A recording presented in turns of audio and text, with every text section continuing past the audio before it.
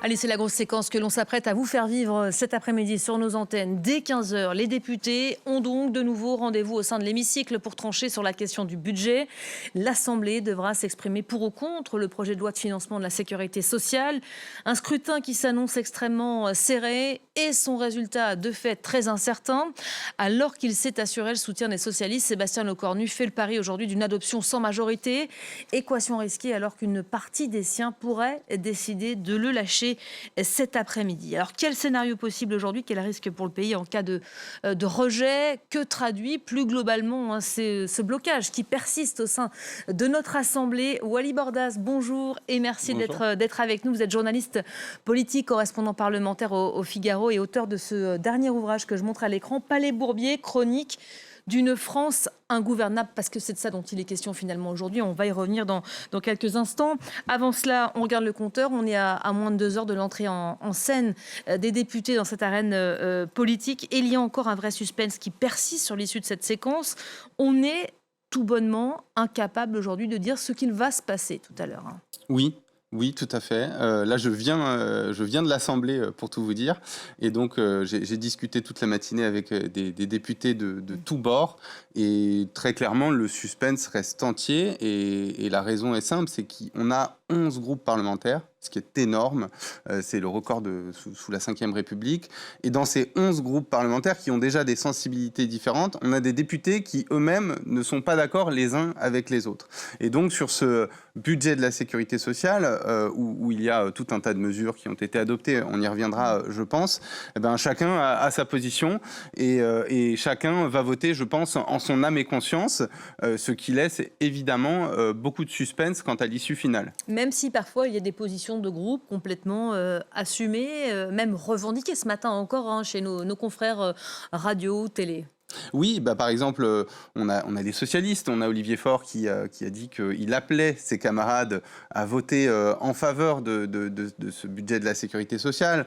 Pareil, du côté du groupe de Gabriel Attal, donc de Renaissance, où il s'apprête aussi à voter en faveur du texte. Mais malgré ça, au sein de ces groupes où il y a des positions, il va y avoir des dissensions. Et il y aura probablement, chez ceux qui veulent voter pour, quelques abstentions, chez ceux qui veulent s'abstenir, quelques votes favorables, comme par exemple dans le groupe Horizon d'Édouard Philippe. Édouard Philippe a dit qu'il ne souhaitait pas que ses troupes votent le budget, qu'il souhaitait plutôt une abstention. On l'a entendu hier soir.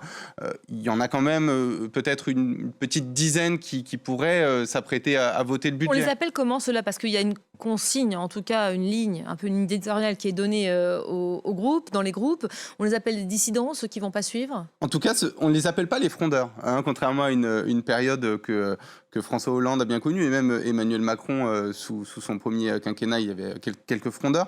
On est dans une assemblée tellement disparate, on est sur une situation politique tellement particulière, tellement complexe, que les groupes se sont adaptés à ces difficultés et donc laissent un petit peu plus d'amplitude à leurs députés dans leur vote. Mais évidemment, par exemple, chez Gabriel Attal, dans le groupe Renaissance, on verrait d'un mauvais œil un député qui voterait contre, alors que... Mais on ne l'appellerait pas frondeur, ça c'est intéressant parce que c'est quand même un changement d'État. Oui, tout à fait, on ne l'appellerait pas frondeur, parce que ça fait maintenant quand même 1 an et demi qu'on est dans une situation complètement incroyable et hors du commun. Et donc, effectivement, on accepte qu'il y ait certaines personnalités politiques au sein des groupes qui votent différemment que la ligne globale qui a été édictée par le chef ou par une tendance générale des députés majoritaires. Alors, c'est très intéressant ce que vous êtes en train de dire et ça confirme ce climat total d'incertitude. C'est quasiment impossible de savoir qui va voter quoi, sauf évidemment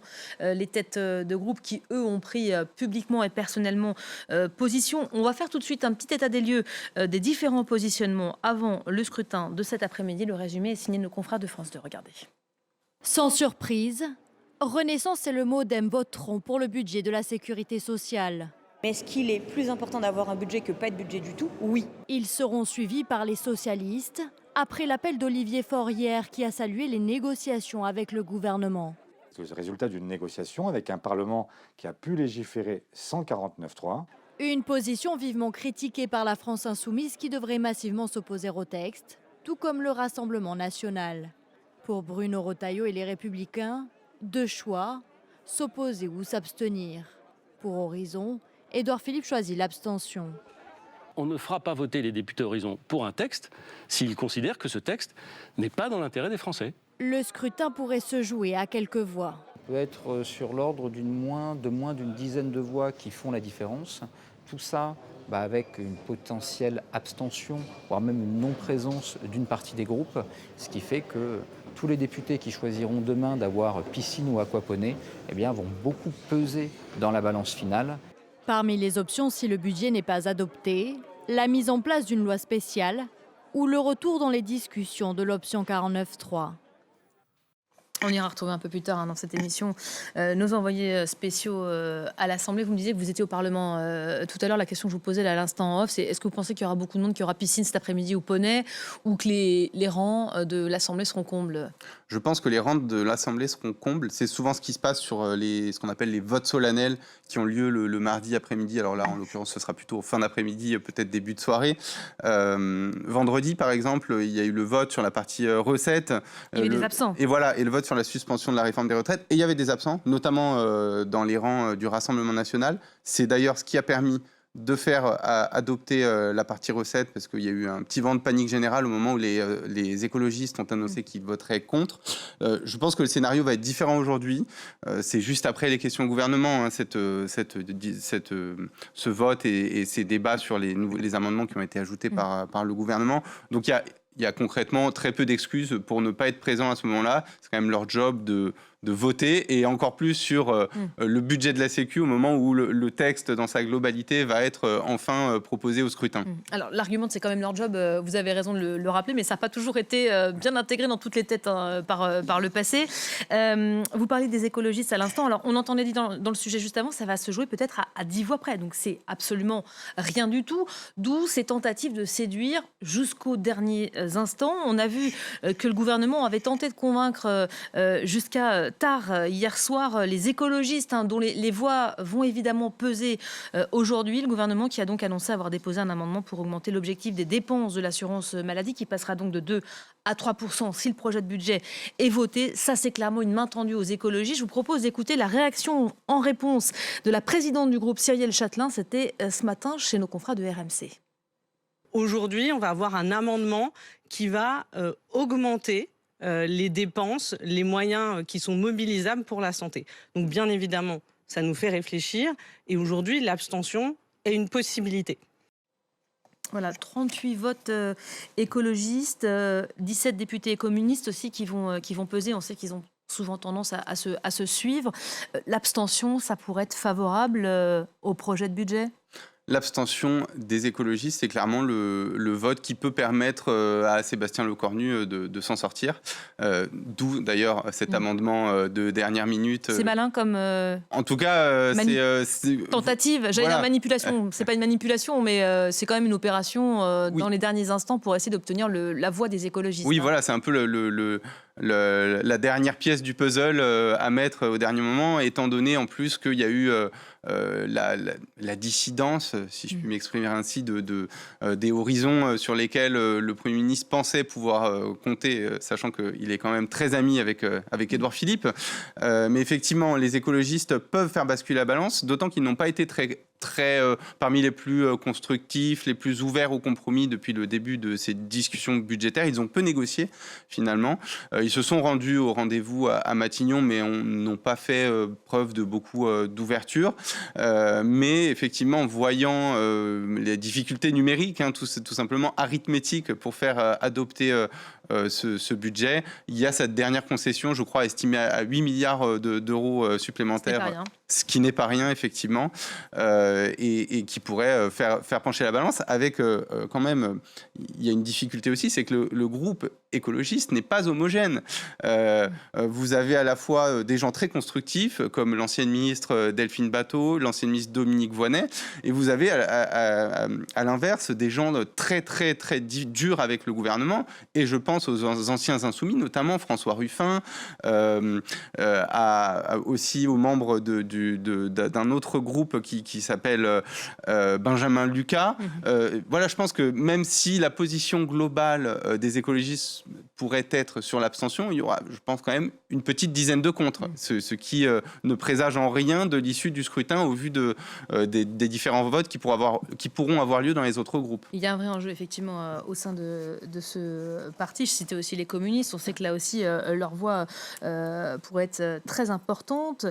Dans l'ensemble, ce projet de budget ne satisfait pleinement personne. Il trouve des soutiens, mais on entend quand même des critiques un peu partout. Ah ben, il ne satisfait personne, très clairement. Par exemple, les macronistes qui vont quand même massivement voter pour, c'est quand même difficile pour eux. Il y a la suspension... Avec la suspension de la réforme des retraites, voilà, qui est évidemment le totem que la gauche a réussi à faire tomber. De la réforme la plus importante du second quinquennat d'Emmanuel Macron. Et eux vont voter pour cette suspension. Les Républicains, qui sont une cinquantaine, il y en a peut-être, disons, une grosse quinzaine qui va voter pour, disons. Ils vont voter aussi pour cette suspension de la réforme des retraites à laquelle ils sont opposés. Ils vont aussi voter pour quelques augmentations d'impôts ciblées auxquels ils sont opposés. Les socialistes, inversement, ils vont massivement voter pour aussi. Mais ils vont voter certes la suspension de la réforme des retraites, certes certaines augmentations d'impôts, mais ils vont aussi voter la défiscalisation des heures supplémentaires, plaidée par la droite.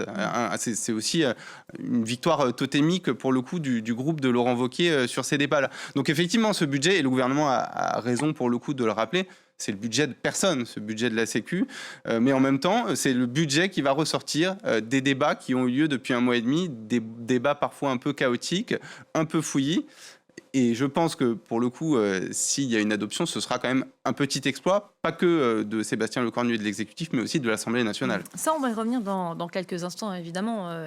Tenter d'imaginer ce qui pourrait se passer après si ce projet de budget était validé, ce qui n'est encore pas acquis. Vous parlez du coup de poignard d'Édouard Philippe au sein du parti Horizon, lui qui a appelé ses élus à s'abstenir, des députés qui pourraient donc voter pour le texte, certains, mais d'autres qui pourraient suivre Édouard Philippe. Rappelons qu'il y a 34 élus au sein de ce parti. On va l'écouter tout de suite et puis on en reparle juste après.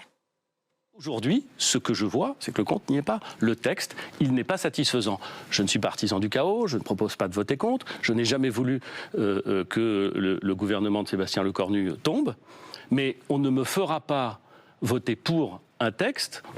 Je ne suis pas député, je ne me prends pas pour un député, je suis maire du Havre. Enfin, on ne fera pas voter les députés Horizon pour un texte s'ils considèrent que ce texte n'est pas dans l'intérêt des Français. Voilà, Édouard Philippe qui dit « Je ne suis pas artisan du chaos », allié ou opposant du gouvernement, du coup ?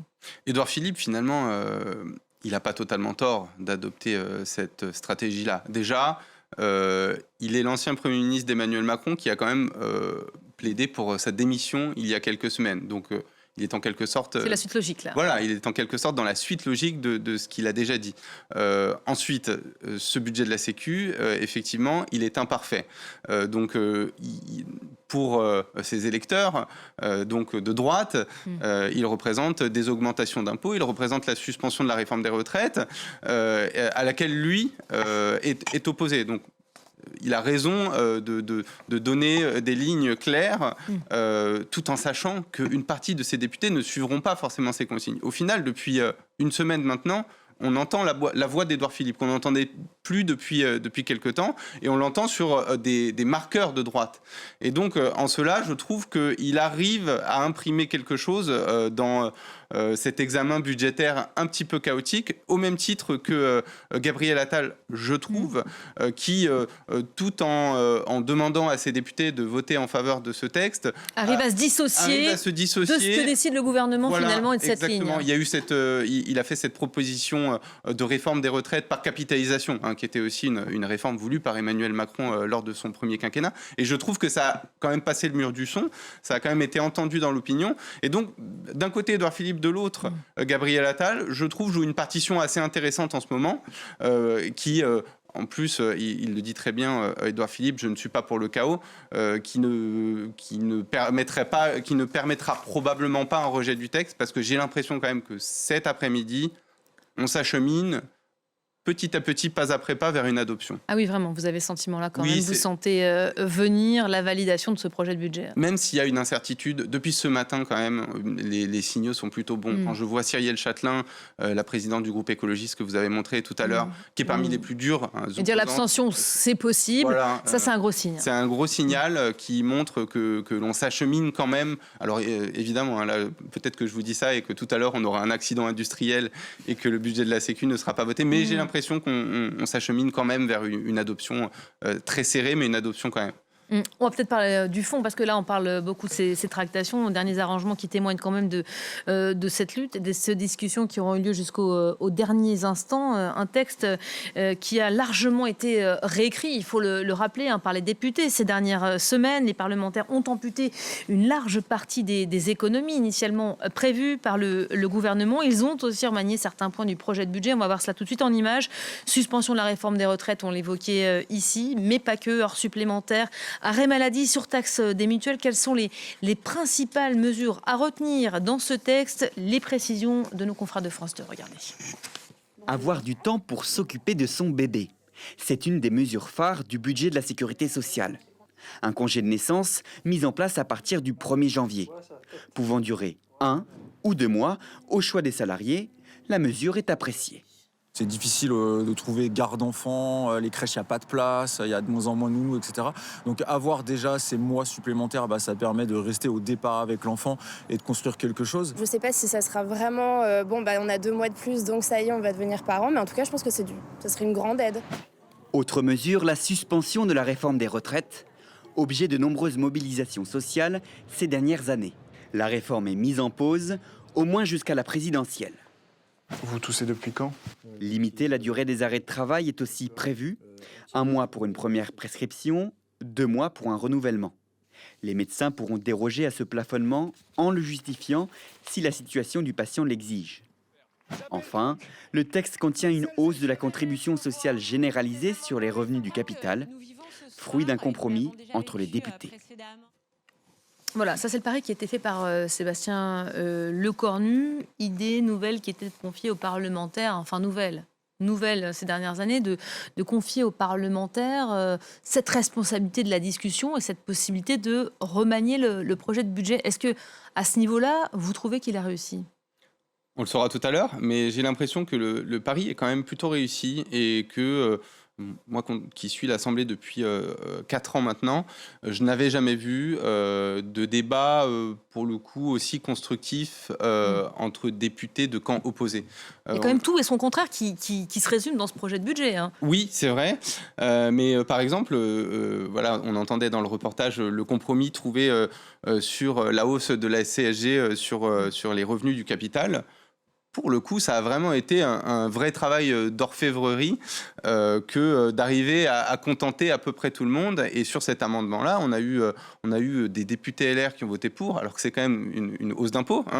On a eu la gauche qui a voté pour, même les députés insoumis qui se sont abstenus. Donc l'Assemblée a trouvé un compromis assez large, allant presque des députés les Républicains aux Insoumis. Donc, ce qui est quand même quelque chose d'assez colossal.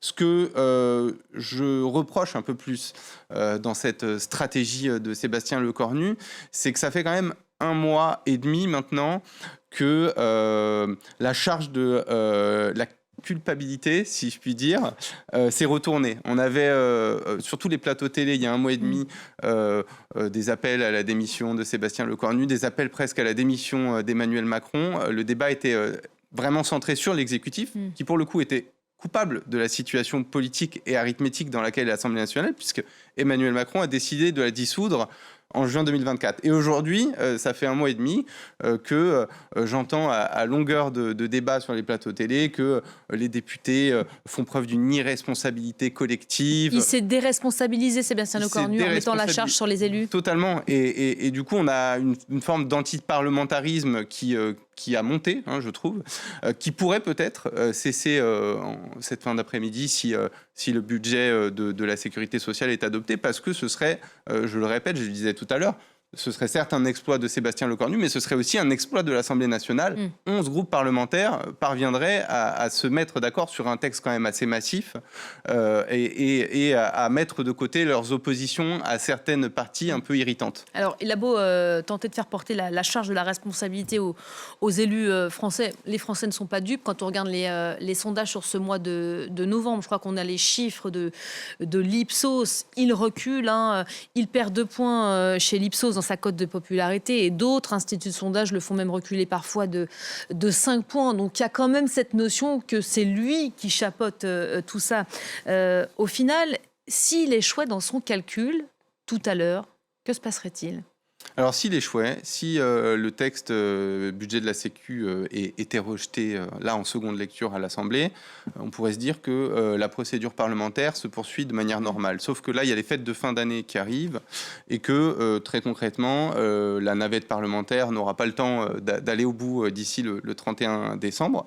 Donc ce qui se passera, c'est qu'il y aura une loi spéciale pour faire adopter une forme de petit budget avant la fin de l'année, qui comportera aussi un petit volet, comme l'an dernier sous Michel Barnier, sur la sécurité sociale.